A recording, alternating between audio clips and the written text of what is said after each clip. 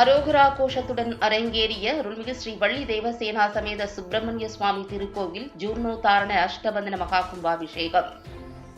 கடலூர் மாவட்டம் குறிஞ்சிப்பாடி அடுத்த கன்னி தமிழ்நாடு கிராமத்தில் எழுந்தருளி அருள்பாலித்து வரும் அருள்மிகு ஸ்ரீ வள்ளி தேவசேனா சமேத சுப்பிரமணிய சுவாமி திருக்கோவில் ஜூர்ணோத்தாரண அஷ்டபந்தன மகா கும்பாபிஷேகம் வெகு சிறப்பாக நடைபெற்றது.